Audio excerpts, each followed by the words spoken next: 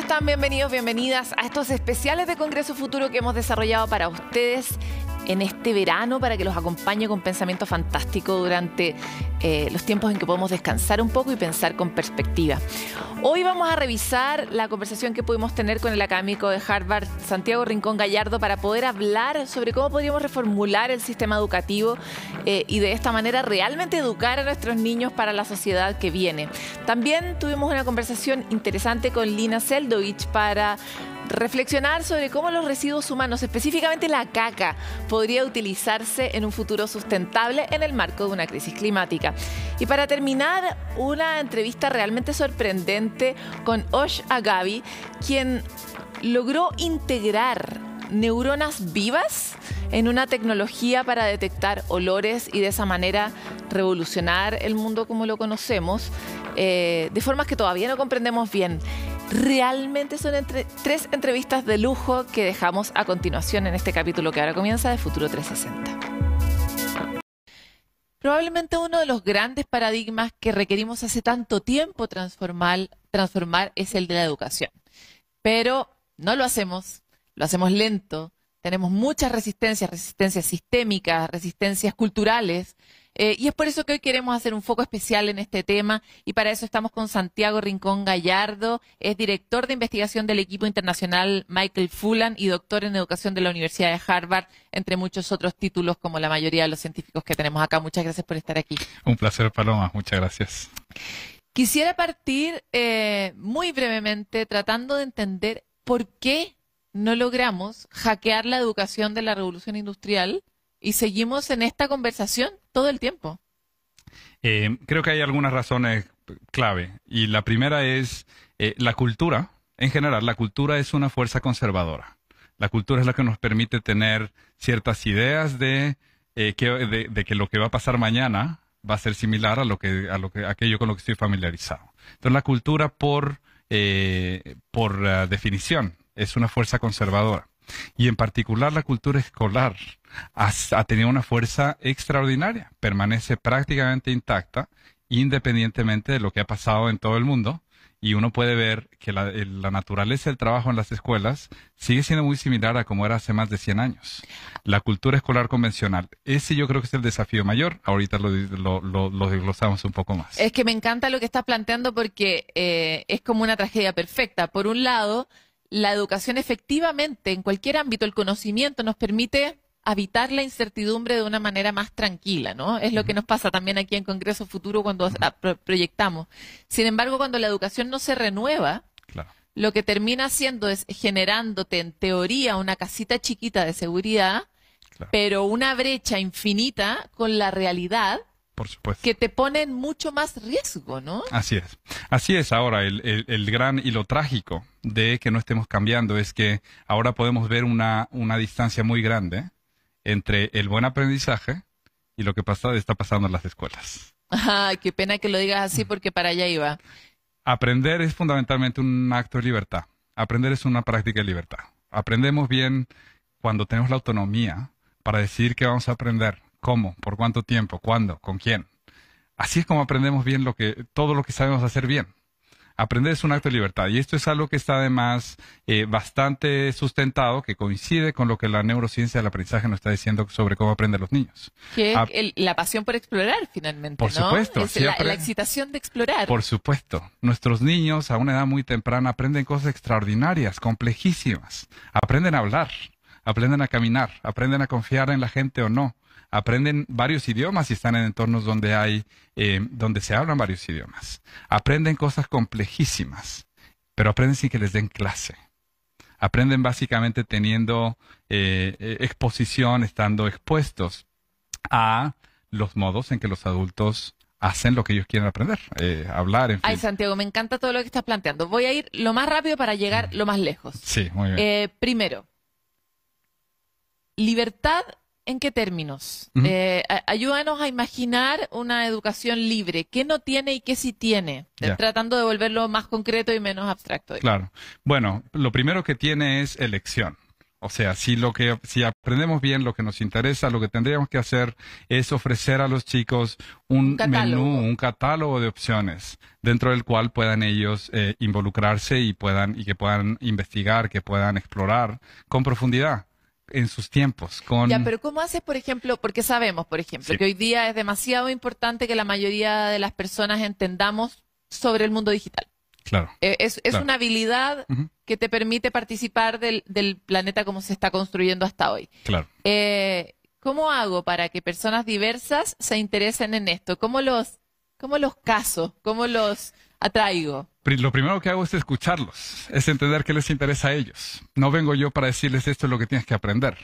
Más bien regreso la pregunta y volteo el proceso y lo que hago es conocer a tus estudiantes. Me gustan las macroalgas del sur de Chile. Perfecto, y entonces con eso lo que tienes es un muy buen punto de entrada al conocimiento más amplio. La biología marina, la sobrevivencia, la evolución. Hay muchas cosas que puedes conectar allí. La idea entonces es pensar en los intereses de los chicos como el punto de entrada para explorar las disciplinas académicas, para ver lo que tiene que ofrecer el currículo, en fin. Pero lo hacemos de manera que el punto de entrada, de nuevo, es lo que les está interesando a los chicos, no lo que dice el programa que tienen que saber. ¿Y cómo llego del alga al mundo digital?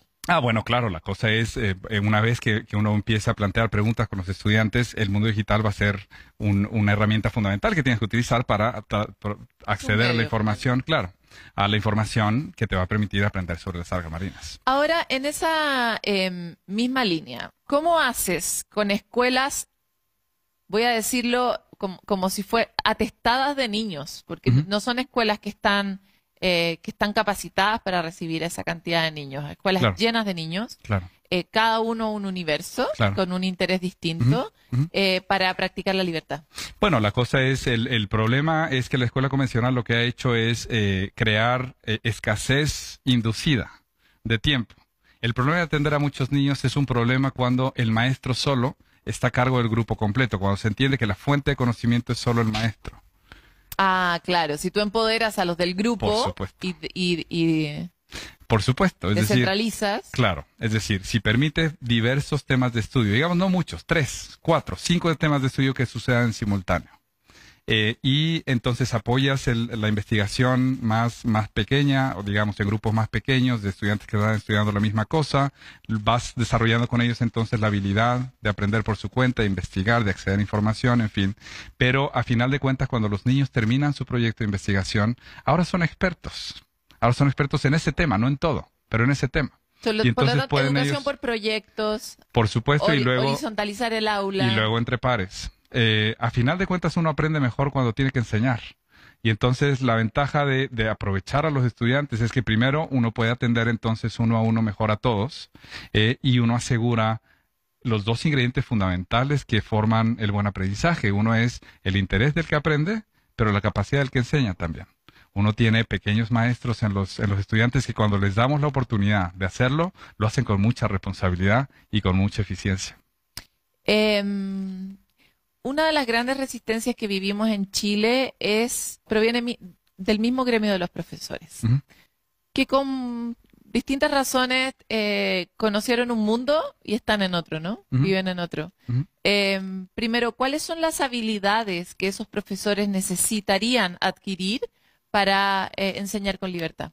Yo creo que la fundamental es, yo creo que es menos un asunto de personalidad de los profesores y de nuevo más asunto de la cultura escolar que hemos creado alrededor de ellos. Por ejemplo, tenemos la expectativa de que el maestro lo sabe todo, que no se equivoca, que tiene las respuestas. Y esa es la imagen que hemos formado como sociedad de lo que es un maestro, de lo que es un líder escolar. Y la palabra es muy fuerte, ¿no? Estaba pensando entre la diferencia de, en vez de llamar al maestro, llamarlo tutor, ¿verdad? Esa podría ser una manera de hacerlo. Guía, claro. llamarlo, ¿verdad? Claro. Entonces, darle carga. Claro. Entonces está esa expectativa social que ponemos sobre los maestros. El problema es que para aprender uno necesita equivocarse. Y una de las maneras más potentes que tenemos para ayudarle a los chicos a que desarrollen, redescubran su poder para aprender, es que vean a maestros adultos aprendiendo.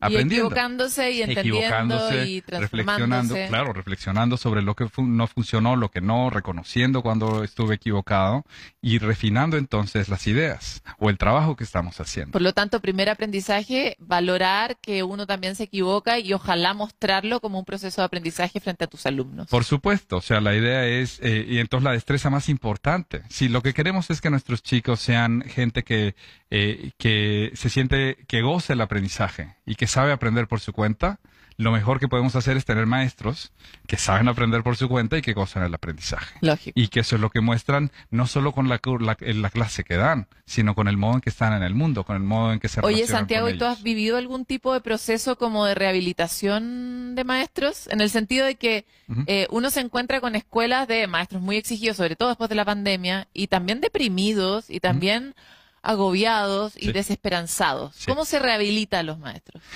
La fuerza fundamental, la energía fundamental de transformación que podemos aprovechar para transformar no solo lo que pasa en las aulas, sino en escuelas y en sistemas educativos enteros, reside en lo que se ha venido a llamar el núcleo pedagógico. El núcleo pedagógico es el vínculo entre el que enseña y el que aprende en la presencia de un objeto de conocimiento. Ese triángulo, la dinámica aquí a ese interior, ahí es donde hay almacenada una cantidad de energía extraordinaria. Así como adentro de un núcleo de un átomo existe mucha energía que al ser liberada crea explosiones extraordinarias, en el núcleo pedagógico hay mucha energía. El problema es que la mayoría de los intentos de reforma escolar no han sido capaces de cambiar lo que sucede ahí, en el núcleo pedagógico. Se han cambiado muchas cosas. Hay nuevas tecnologías, hay nuevos edificios, nuevos currículos, nuevas pruebas. ¿Cómo se cambia eso? Se cambia creando experiencias. Primero, donde los maestros viven y redescubren ellos mismos su poder para aprender. Esa es la primera. Porque eso te mueve. Cuando te das cuenta que hay cosas que no sabes muy bien, pero Oye, espérate, tienes el ¿y apoyo esas para... experiencias existen? ¿Hay algún lugar donde buscarlas? Estoy Por pensando en supuesto. todos los desesperados maestros y maestras Por que supuesto. existen en nuestro país Por y que lo supuesto. necesitan. Por supuesto. Bueno, déjame nada más terminar la idea de antes. La otra cosa que puedes hacer es crear oportunidades para que maestros visiten a otros maestros que están haciendo cosas de manera distinta y que están produciendo un tipo de actitud, un tipo de destreza en sus niños que se ven. Niños como Tomás, el día de ayer, Ah, que sabe lo que es esta tecnología. Ha habido de la varios creatividad. en Claro, este congreso. Sí. claro. Y ver entonces, o sea, crear intercambio entre profesores que puedan ver lo que es posible en los niños. Es conectarlos nuevamente con su propio poder para aprender y hacerles ver, mostrar que hay maneras de desatar el poder para aprender de los niños. Y sí, hay varios ejemplos, pero te voy a nombrar 4. Uno son las redes de tutoría en México, un movimiento de renovación pedagógica que empezó en un puñado de escuelas, se extendió en un proceso de 8 años a 9,000 escuelas a lo largo de todo el país, y que en México, y ahora se está extendiendo a 30,000 centros educativos. Hermoso. Y el punto de entrada es transformar el núcleo pedagógico. Ahí es donde se empieza. Red de tutorías. Redes de tutoría en México. Está la Escuela Nueva en Colombia, que se creó en la década de los 70, que llegó a más de 20,000 escuelas rurales en Colombia, en escuelas multigrado, que de nuevo utiliza metodologías muy activas, en lo que los estudiantes son los protagonistas de su aprendizaje, en fin, las comunidades más apartadas, más pobres de Colombia. Nómbrame las últimas dos así nombradas Muy porque bien. tenemos que cerrar. Muy bien, el otro es el aprendizaje basado en la actividad en el estado de Tamil Nadu, en el sur de la India, 38,000 escuelas Ah, claro, en todo que el en India estado. todo tiene ese Claro. claro. Y las escuelas comunitarias en Egipto, más de 2,000 escuelas en el norte, en los barrios populares del norte de Egipto. Qué lindos temas. Santiago, se nos hizo cortísimo el tema, pero muy interesante. Muchas gracias. Muchísimas gracias a ti, Paloma. Hasta luego. ¿Qué propósito más profundo que la libertad en la existencia del ser en general, ¿no? Y por supuesto en cualquier ámbito, ¿no? La libertad de amar, la libertad de existir, de elegir quién uno es y por supuesto de aprender lo que uno quiere. Suena sencillo, por supuesto no lo es, pero es una linda pista para transformar la educación. Vamos a una pausa y volvemos con más.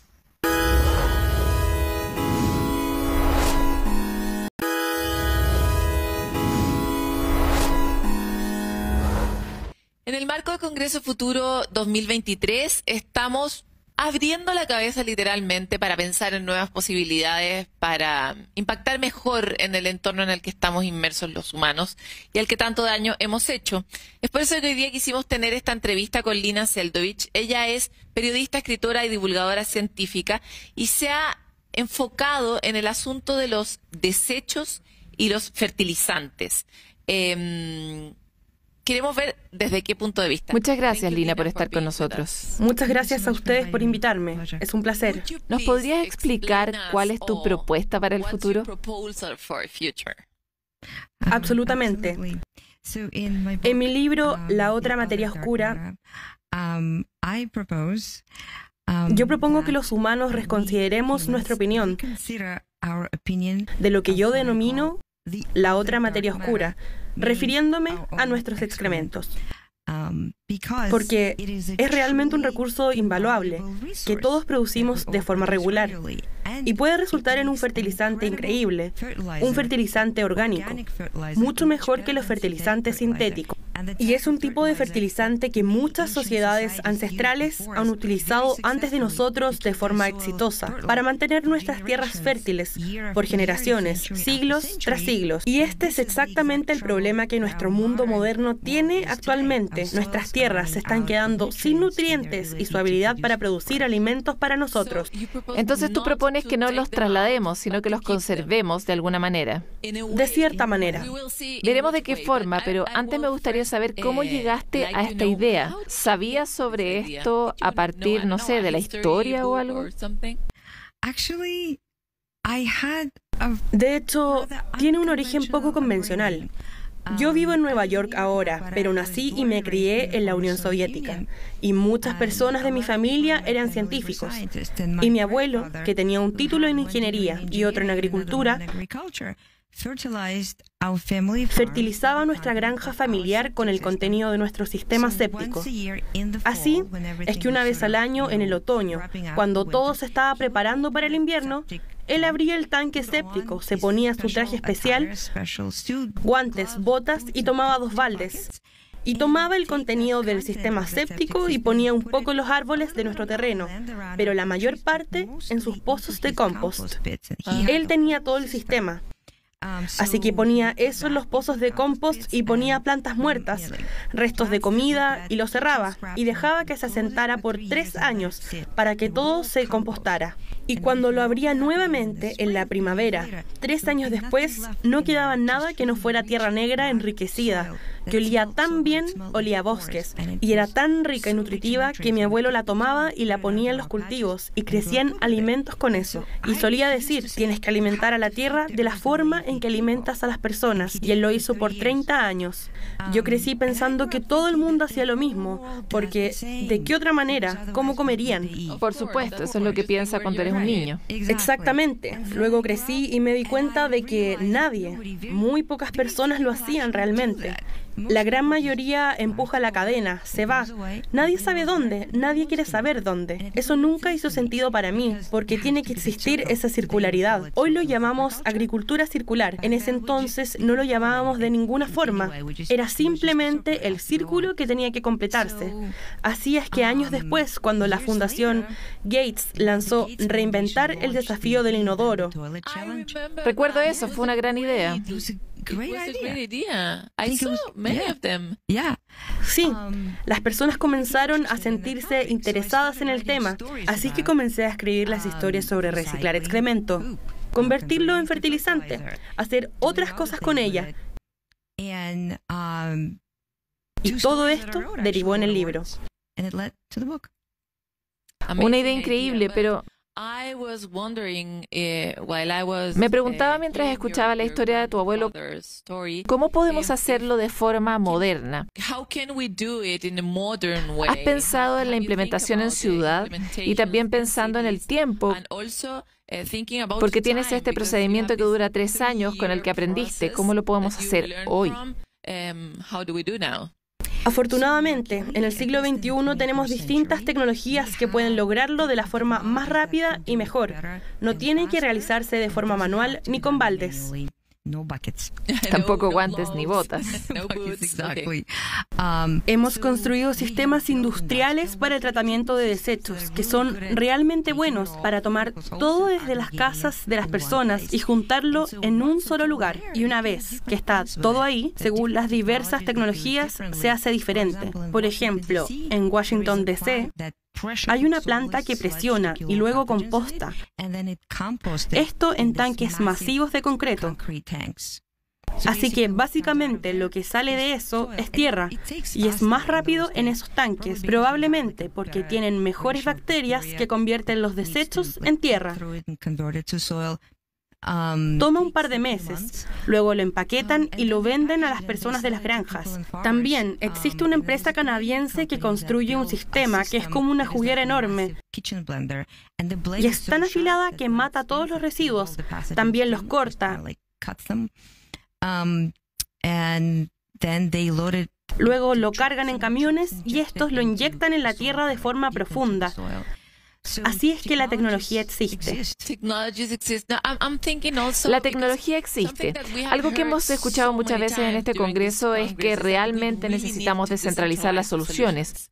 Lo que tú mencionas y que puede ser muy útil para las ciudades, por ejemplo.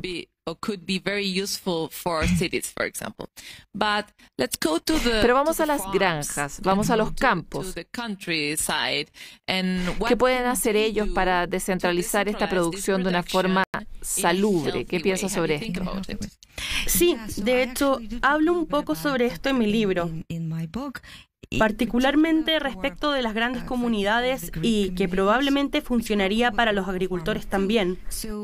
Existe una empresa israelita, Home Biogas. Ellos hacen este proceso en pequeñas versiones de lo que yo describí y que pueden estar conectadas a los inodoros individuales de cada hogar. De hecho, no son muy costosos. Se están volviendo populares en Brasil porque el sistema también extrae biogás de esa materia. Así que incluso puedes cocinar con esa energía. Obtienes fertilizante y biogás con el que puedes cocinar. Excelente. Estamos perdiendo muchos recursos que surgen de nosotros mismos. Estamos perdiendo muchos recursos, estamos desperdiciando nuestros desechos. Es una redundancia, pero es muy humano. Siempre cometemos errores terribles. ¿Qué otro tipo de valores has encontrado a lo largo de tu investigación en este campo?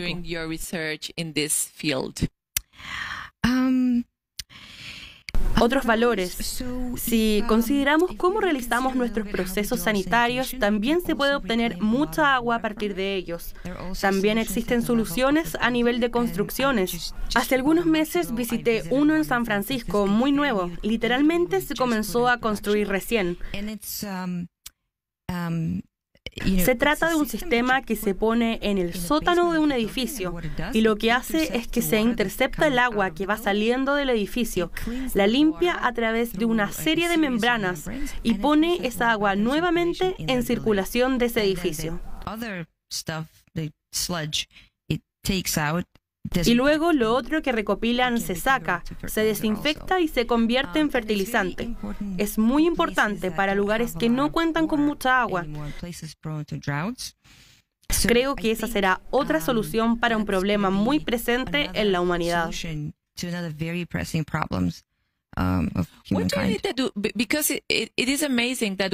Es increíble que nosotros, que ya sabemos que podemos separar los usos de agua, por ejemplo, para jardines u otros usos, hoy no lo estemos implementando en ciudades o en las construcciones.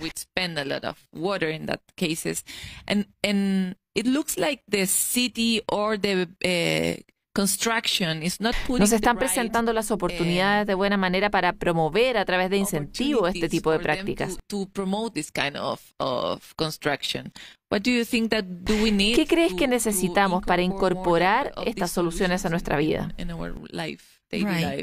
Empecemos con políticas. Si miras las políticas de hace 20 o 30 años atrás, no podías reutilizar esa agua. No estabas autorizado porque solíamos pensar, oh, esta agua está sucia, no la podemos reutilizar. No podemos ponerla nuevamente, necesitamos sacarla lo antes posible. Pero ahora tenemos tecnología que la limpia en los más altos estándares. Así que necesitamos políticas que incentiven a los constructores para nuevos edificios o la remodelación de edificios antiguos, políticas que los incentiven a que implementen este tipo de sistemas, que les entreguen quizás incentivos financieros u otros, y de esa forma podemos implementar soluciones tecnológicas más rápidas y mejores. Sí, es urgente, pero es increíble que sepamos sobre la tecnología hace tanto tiempo y ahora mismo no la tengamos en ningún lugar en grandes ciudades. Muchas gracias por esta conversación. Gracias por invitarme. Una gran idea. Tenemos los humanos una relación curiosa con nuestros propios excrementos a lo largo del tiempo. No podemos deshacernos de ellos, son estructuralmente nuestros, hablamos de ellos, pero pocas veces hemos pensado en utilizarlos. Es un buen momento de dimensionar el impacto que tenemos también por ese tipo de huellas y ver de qué manera las gestionamos. Nosotros vamos a una pausa y volvemos con más.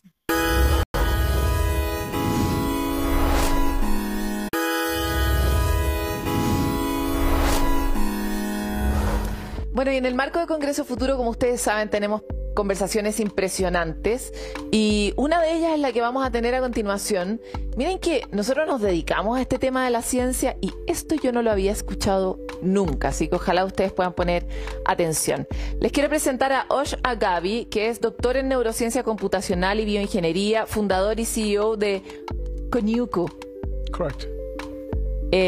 La compañía Konyuku.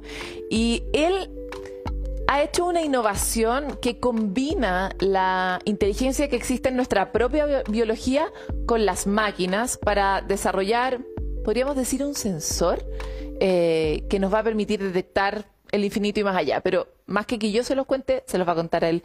Muchas gracias por estar con nosotros en Futuro 360. Muchas gracias por invitarme. Intenté dar una explicación simple de lo que haces y no pude. ¿Podrías contarnos en qué consiste tu trabajo? Construimos una tecnología que combina neuronas biológicamente vivas con silicona para detectar olores. ¿Por qué es importante que seamos capaces de detectarlo? Tiene muchas aplicaciones en distintos aspectos de nuestra vida. Desarrollamos y producimos esta tecnología. La aplicamos en un aeropuerto en California para detectar componentes explosivos en tiempo real. Lo hemos desarrollado en otros países también.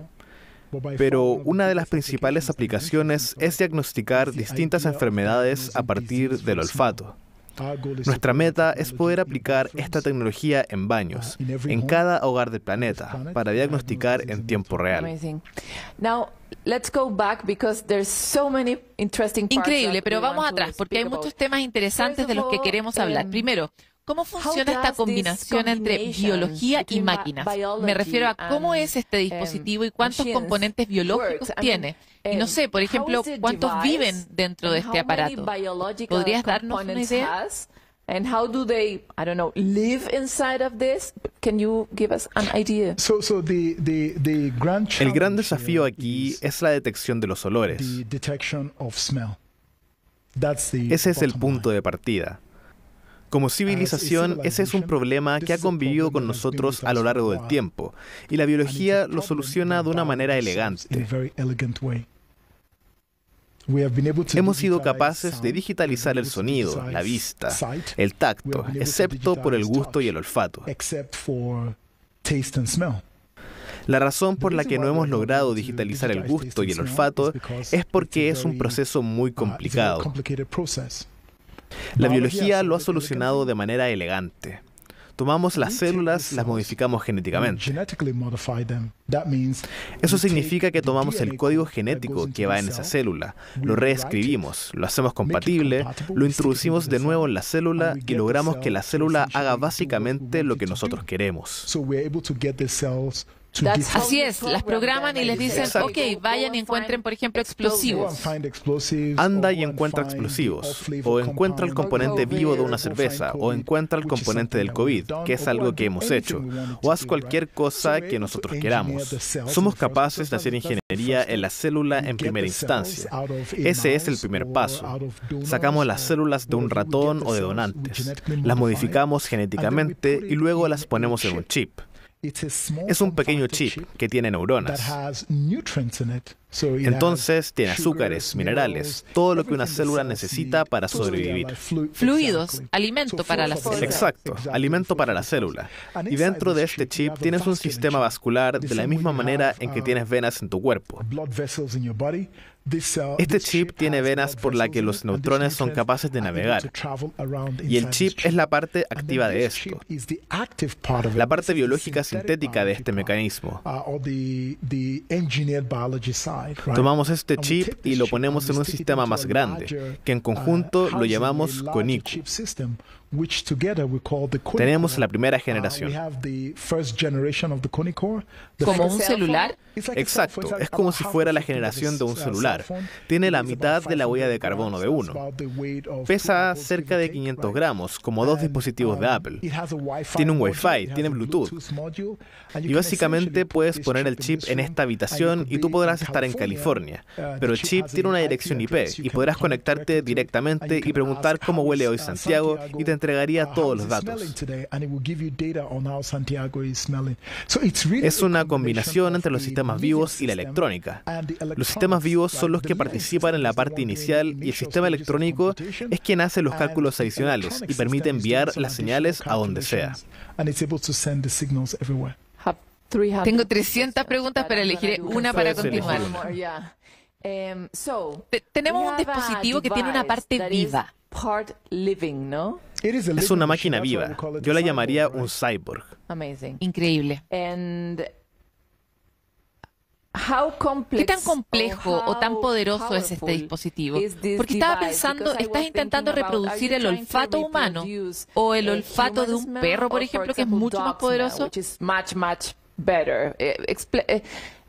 Lo pregunto porque intentas detectar cosas muy específicas como los explosivos o el COVID. Nosotros no podemos detectar el COVID, pero quizá un perro sí. De hecho, lo hace.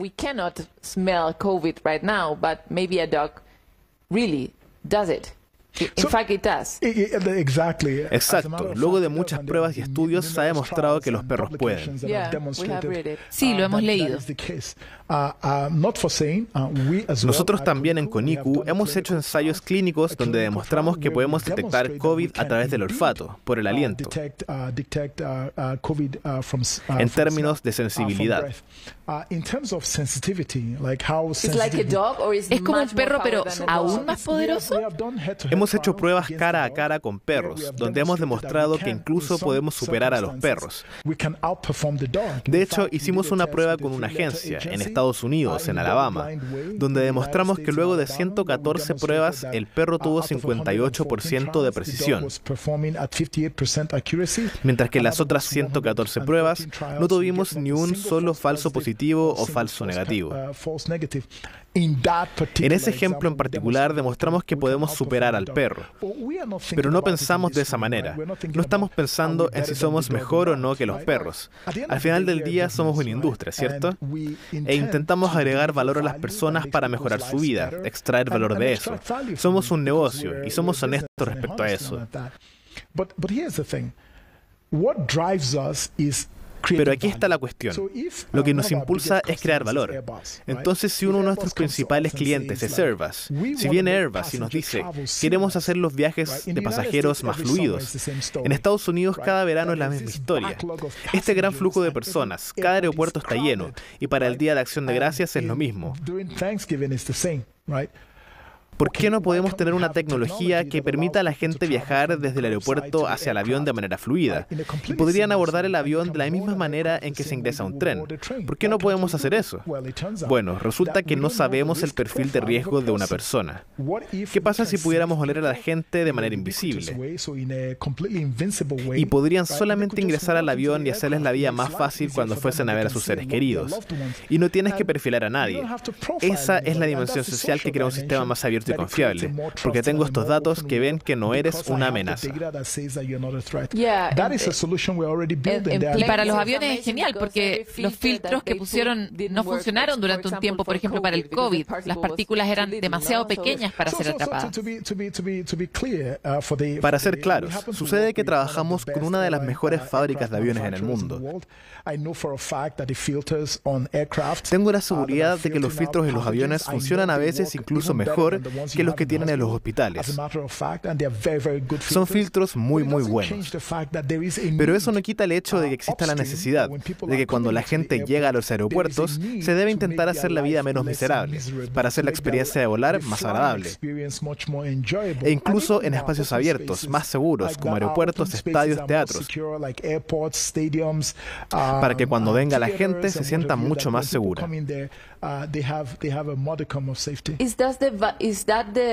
¿Ese es el valor para ti? ¿Sentirse seguro de que estamos en lugares libres de enfermedades, por ejemplo? Free places, free of diseases, places. What else do you think? ¿Qué más crees que podría agregar valor para una persona común y corriente? Porque el que mencionaste antes, como huele tu casa, es poético, creo que es asombroso, pero en una vida común y corriente, ¿qué más podría ser? Creo que su uso en seguridad y protección es una cosa, y que es bastante importante. Especialmente ahora. Exacto. Creo que ahora no es genial tenerlo, sino que es una necesidad. Lo descubrirás rápidamente. Todos recordamos las historias con otras aerolíneas. Entonces, no es por diversión, es una necesidad.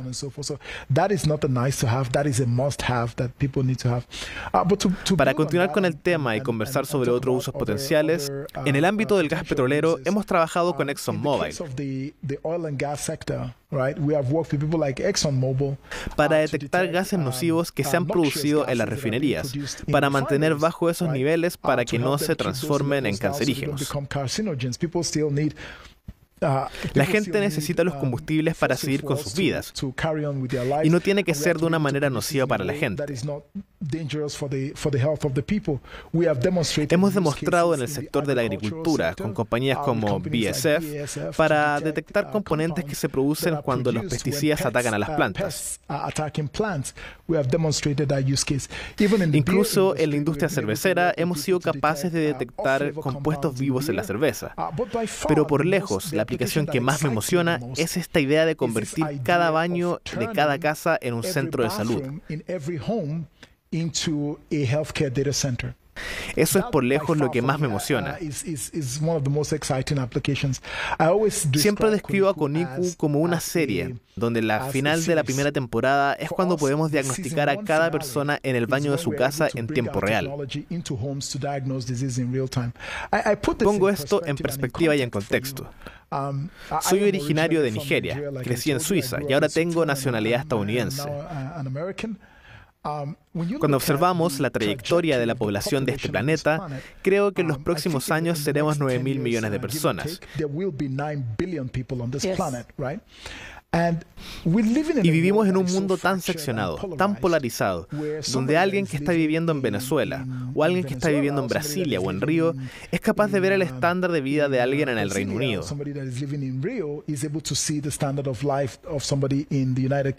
Las personas en el Reino Unido están asustadas de que otra persona que viene de Europa del Este vendrá a asfixiar el sistema nacional de salud.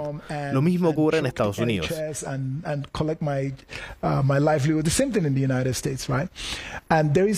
Y existe esta justicia, esta necesidad en general de proveer un estándar de vida para cada uno que vive en este planeta. ¿Y crees que este tipo de información puede ser eso? Absolutamente. Primero que todo, somos una compañía en la que creemos que si tenemos que construir con biología, entonces tenemos que construir con la naturaleza. Entonces tenemos que construir como Dios. Y no hay arrogancia en esto. Tenemos que aprender de lo que la naturaleza ha hecho. Y digo esto para todo el que quiera escuchar. La biología es tecnología. Ser capaces de programar la tecnología no es una tecnología que sea genial de tener, sino que es una tecnología que debemos alcanzar lo más pronto posible. Y la biología es bastante compatible. Lo que se convierte inmediatamente práctico es que cuando tenemos una tecnología en los baños alrededor del mundo, las personas pueden ir a sus baños en la mañana, respirar en los dispositivos, y cuando se realiza ese proceso, podemos recolectar toda la información, analizarla y decirles, así es como se ve tu salud hoy. Y pueden tomar el medicamento que sea necesario. Pueden interactuar con su proveedor de salud porque tienen esos datos longitudinales. Creo que ese es el primer paso en crear un planeta saludable y más abierto.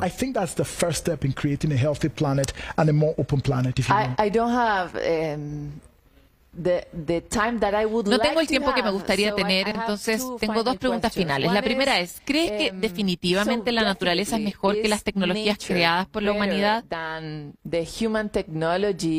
En términos de eficiencia y posibilidades que nos entrega para alcanzar el siguiente nivel. Pregunto esto porque eliges utilizar un fluido, neuronas y alimentarlas dentro de un dispositivo y no estás eligiendo otros métodos más artificiales. ¿Es porque la naturaleza es mejor?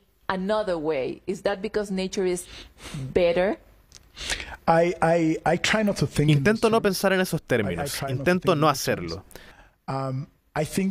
Creo que lo que podemos decir es que la naturaleza es parsimoniosa, que es minimalista, es bastante eficiente con la energía. Solo para darte un ejemplo, nuestra tecnología pesa 500 gramos. It costs 500 grams to make our technology. We can detect Y con el desarrollo actual de los dispositivos, podemos detectar hasta 4.000 olores simultáneamente. Y una máquina equivalente se está desarrollando en Silicon Valley. Pesa 35 kilogramos hasta 1 tonelada. Y el precio de eso es muchísimo más alto en comparación a nuestra tecnología, que además en términos de costo es mucho más barata. Y somos extremadamente competitivos con la tecnología que ya existe. Eso te da una noción de la parsimoniosidad de la biología. Incluso vi que hoy hablaste con Darwin, lo que es interesante por sí solo. Pero el número de conversaciones de modelo que existen allá afuera, las personas lo encuentran bastante interesante, por lo que no se dan cuenta que hay un costo enorme de energía en esto. Cada vez que te tomas una selfie no es gratis, tiene un costo. Se envía a un servidor en algún lugar y hay algún costo energético. Con esta tecnología, el costo de energía es muy bajo. Y por supuesto, para nosotros, el fundamento de esto que estamos construyendo es que hoy estamos tras el olfato.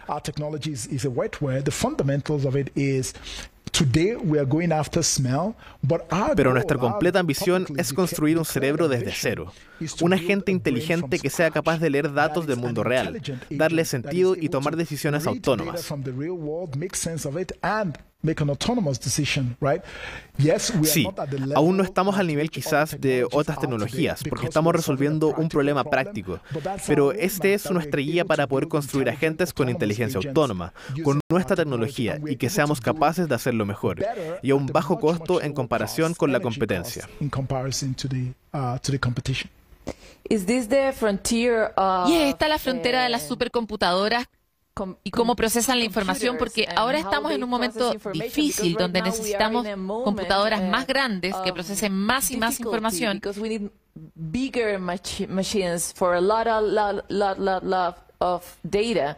Y vamos a tener que dar un salto si realmente queremos estar a la altura en el futuro. ¿Es